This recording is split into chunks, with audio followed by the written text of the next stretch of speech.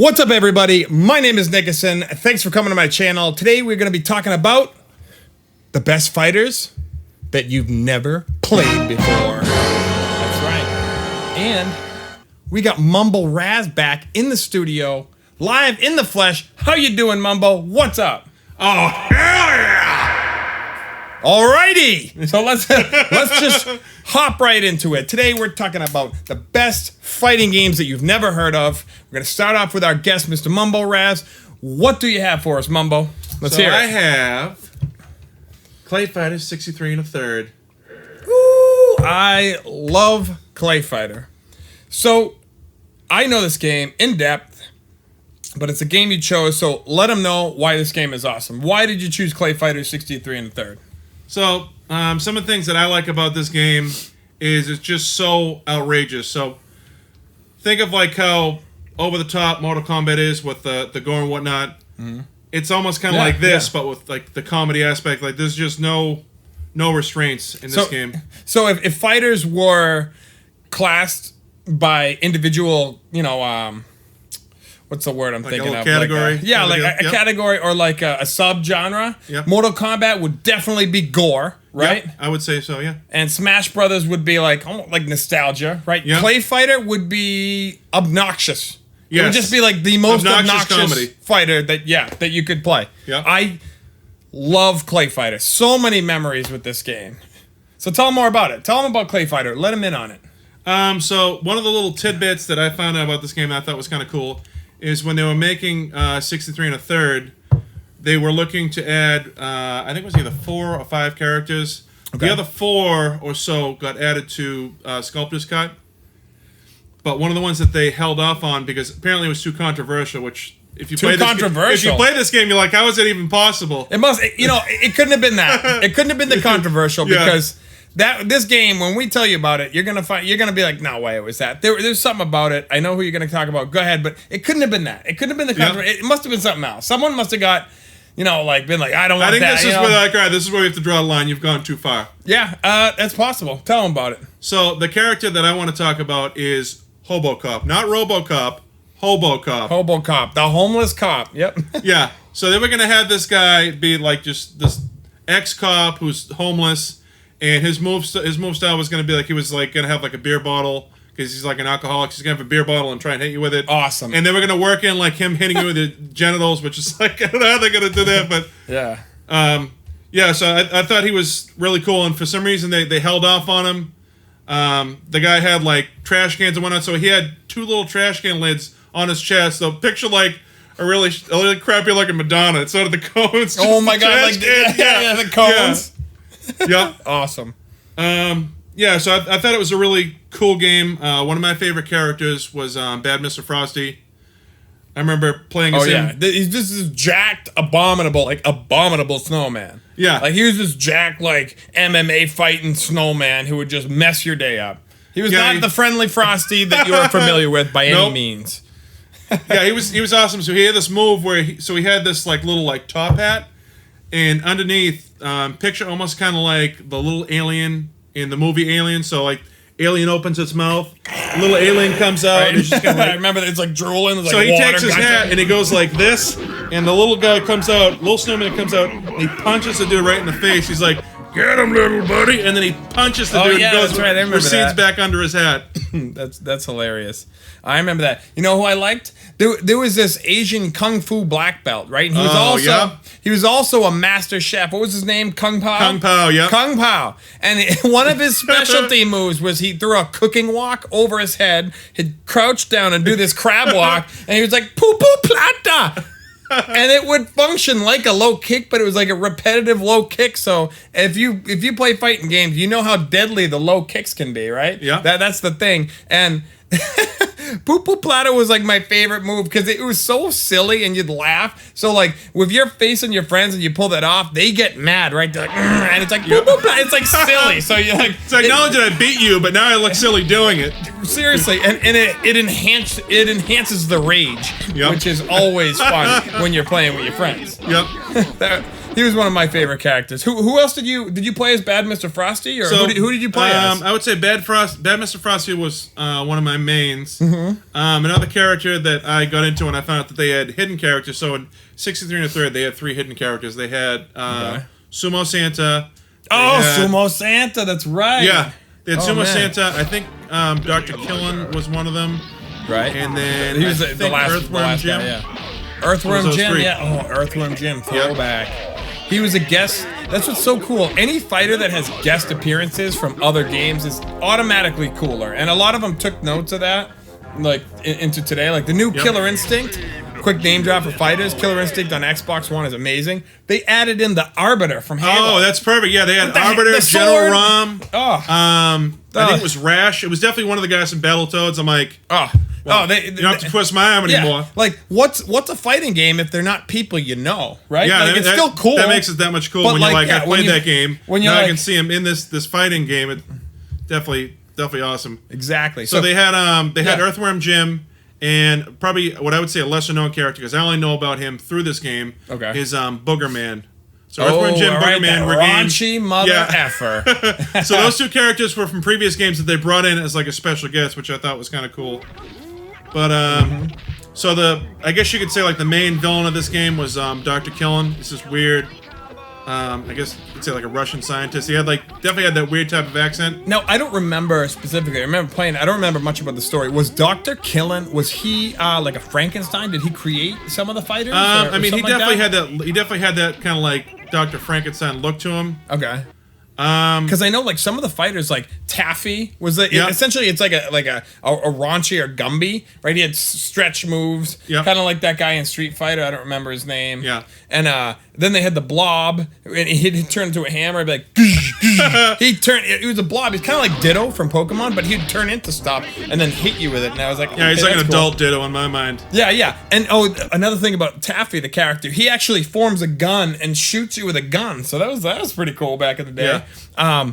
So I didn't know if Taffy and the Blob were a creation of Dr. Killen's or not. I don't remember. I pretty casually, hardcore against friends, but pretty casually. So I didn't know much about the story. So I think as far as the story goes for 63 and a third, it's pretty much there was like a freak accident. Now I know that Dr. Killen had a freak accident in his lab, and that ended up causing. So if you look at his arm. One of his arms is mechanical, so it can change to like a buzzsaw, all this other crazy stuff. Right. The story behind that is pretty much he's doing an experiment, and like I said, I don't know if this caused the whole claymation thing or if it was something else, but he had an experiment go bad, splashed onto his hand, and now he had like almost like an Evil Dead situation. Like his hand's becoming sentient. He's lost control of it. He's like, I have to cut this thing off, otherwise I'm toast. So he chops his arm off, right? I remember that. And so the hand now just kind of like scurries out of his lab, runs out in the jungle, and it just disappears. And it comes back in Sculptor's Cut as a playable character. It's called High Five. So they show the hand, cut, right? Yeah, they show the hand, they show the bone, the blood. Like I said, they didn't hold back on any of the outrageousness of it. You're right. I'm just gonna bring attention to everybody watching. This hand.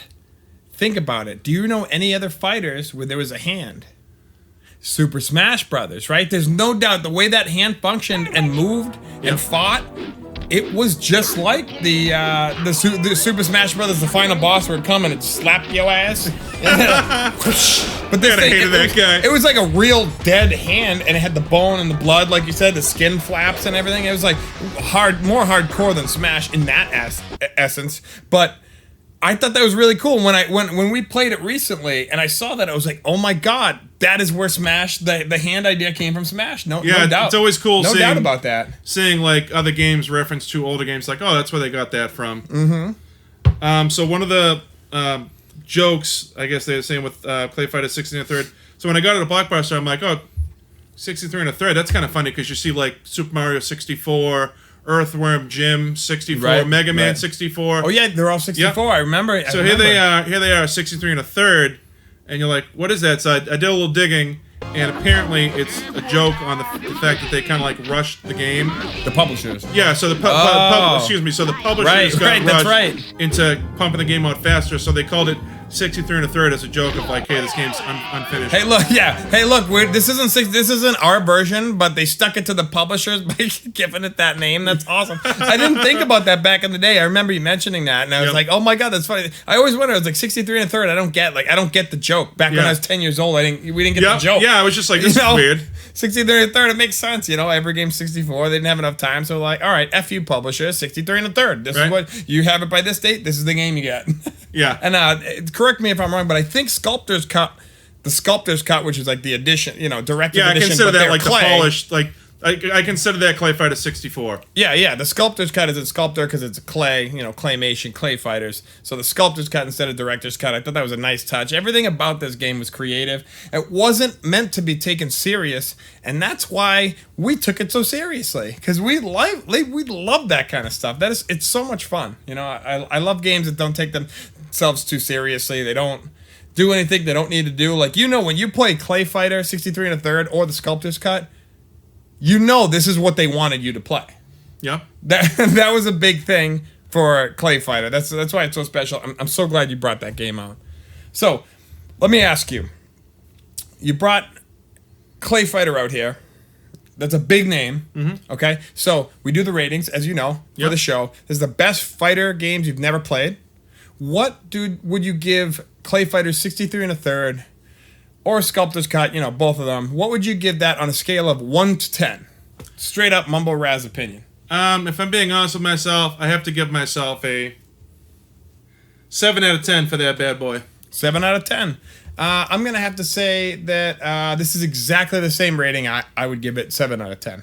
Nice. It's appropriate. It's not a 10 out of 10 game. It's just and it wasn't trying to be. Yep. That's why it's awesome. If you get a game that's trying to be a AAA title and it's a 7, you're like, oh, you missed the mark. But this game's not. It was its own thing. So a 7 out of 10 is a great score for this game. Yep. All things considered. So so you've heard my game. So I think me and I agree. The rest of the people watching would like to know, what is your game that you brought for us? All right. I thought you'd never ask. So, in the whole realm of fighter games, I'm a big fighter fan, but I also wanted to give a fighter game that not only have you not played, probably, but also a game that is special and different, and a fighter game that, like, if you're a regular average Joe, you don't play fighter games. So if you pick it up, casual. If you're a filthy casual, you can pick it up. You can pick it up. You will pick it up. You will pick it up. No, but if you pick it up, you will like it. That's why I wanted to take this into consideration. I had to put in Bushido Blade. Bushido Blade for PlayStation 1. This game was super cool. It was, it's not like other fighters, I have to say. It's just not like them. It's not like any other fighter I've ever played. And I would say that I'm 1 to 10 of how I rate myself as a fighter. I'd say about a 7 or 8. I do play a lot of fighting games. And, so Bushido Blade is different. I haven't really played anything like it. You remember, so do you know how the samurai train? A little bit, but give me the breakdown of it. Okay. So when samurai train, one of their aspects of training is they go on their knees and they have their sword in position, right? And they essentially they have like a referee or whatever they want to call it. Yep. Okay, go, right? And they both do one move, one slice with the sword, and whoever gets to the neck or the kill shot first wins the round. And this is inspiring too. This is how they train. So it's like they read their eyes, they read the body language. It's really cool. It's super cool because you essentially you have one chance to win. It's not like endurance anything. It's like who has the kill shot and who has it first, right? So this Bushido Blade was a kind of a fighting game on that idea, right? Because when you were fighting in Bushido Blade, me and you can be sizing each other up, and I can get the right shot. You're not blocking, and you go say if you did an overhead, and I do an upper slash, right? You're to like, your neck. Bye, Felicia, slice. Bye, Felicia. Seriously, one shot, I can kill my opponent, which is cool because no other fighter can you really do it in one shot, and then the round is over. This is not like 2 out of 3 or 3 out of 5 like a lot of fighters. It's that one round. It's samurai honor, right? It's very cool in that aspect, and I thought that was really cool about Bushido Blade. That's why I had to choose it. Nice. So I noticed in that game, I haven't seen. I've done a couple fighters. I've never seen this in a fighter before. So if I'm taking my blade, I notice, and I happen to slice your arm like this, or like your limb, I've noticed like now they're kind of like walking on one leg, or they're like, all right, I only got the one arm, which I thought was kind of cool. Regular fighters, I feel like you do a slice on the arm or something, it's like they take a little bit of health. It's just a damage straight. Yeah. I'm glad you brought that up. That brings me to my next point is that it is a one-shot kill if you get it right? But also, if I would hit your leg or hit your arm, just like Mumbo said, your leg or arm would become useless. Like if I had a good leg shot on you, you're on your knees because you lost, you know. 'Tis a flesh wound, I can still go. Exactly. 'Tis a flesh wound is how this game plays. You get hit in the leg, your leg is useless now. Same with an arm. That's what was really cool is I don't like realistic games. You'll never hear me talking about realistic games besides Bushido Blade, because as a fighter, it's pretty realistic. Like, if you get hit in the arm with a sword, you're not going to die, but you're not going to use that arm again. Yep. You know, that arm's done. And that's how it works in the game. And same with, like, if I get a slash, if you get mad and you're like, oh, rah, and I'm like, yeah. Right, You're like, yeah. Got him. In your neck, right? Like, you're dead. And that's how this game functions. And I thought that was, you know, a huge reason why I chose this game and why I think it's cool. It's also like you get to select your fighter. It's like 6 or 8 fighters. I like that you can also 6, 7, pick the weapon, so you can know what. That's what I like say. This character, and then you're like, you know what, I want to change up the blade or what have you. You could choose your character and then you choose your weapon, and let's get serious weapons. You get the naginata, you get the katana, the rapier, right? The rapier, ding ding ding, like French. You know, fencing, and then you have a sledgehammer. I was gonna say sledgehammer. That's what's so cool. It's like, oh, you got all these serious. Channel my inner Gallagher. Yeah, you got these serious disciplines, right? It takes years to master, and then you can also choose a sledgehammer if you're pissed off. I was like, that's freaking cool, right? Like I was like, all right, so you pick your fighter based on their looks, and you know, some are a little bit faster, some are a little slower. You pick them based on what you like, and then you get to pick the weapon. And I thought that was super cool. So I have to recommend Bushido Blade to everybody watching. This is the best fighter that you've never played. And I'll add, we're running out of time, but I want to add in real quick a cool story I know about Bushido Blade, or how I found out about it. I was at PAX East, the gaming convention, and I saw this dude sitting by himself playing this game, and I was like, oh man, it's a PS1 game, which obviously piques my interest, and it's a PS1 game I've never played, piques my interest more, and then I was like, a fighter I've never made, and it piques even more, right? Peaking gamer, right? So maximum excitement! Yeah. So I go over to him, I'm like, dude, this game is really cool, what is this? He's like, oh, he looks at me, he's like, oh man, like, this is Bushido Blade. Me and my brother used to play this all the time, right? Like, he had this passion, this fire about it, like I had with Twisted Metal with my brother, right? So I was like, all right, instantly I was like, okay, I respect that. Like, you have history with that. So I'm gonna go with that, and I'm gonna play you. I was like, can I play you? He's like, yeah. And we shared this awesome moment together of playing. I was like, I kind of like, you know, like, was his brother kind of. Yeah, you know he channeled it, yep. There was something special about the game to him, and he definitely passed that on to me. So I didn't play this when it first came out. I played it, you know, a few years ago for the first time. I had to buy it, bought it on eBay. I got a mint copy of it. So this was a quick little backstory of how I found out about it. I love it. PAX East, shout out to PAX East, great gaming event.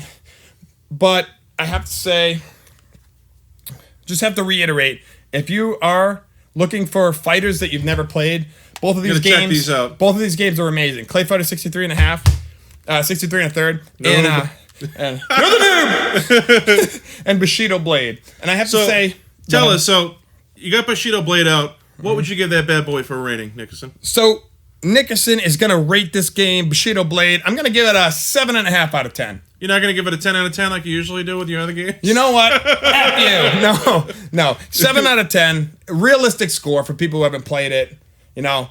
Throwing it out there, 7 out of 10, Bushido Blade, Clayfighter 63 and a third. I just wanted to thank all of you for coming to watch the best fighting game that you've never played. And don't forget, like and subscribe, and leave whatever you need in the comments. Let us know. Is there a fighting game you think we haven't played? Would love to know. Leave it in the comments. Thanks again to Mumbo Raz for coming out, and we will see you on the next one. Thanks again.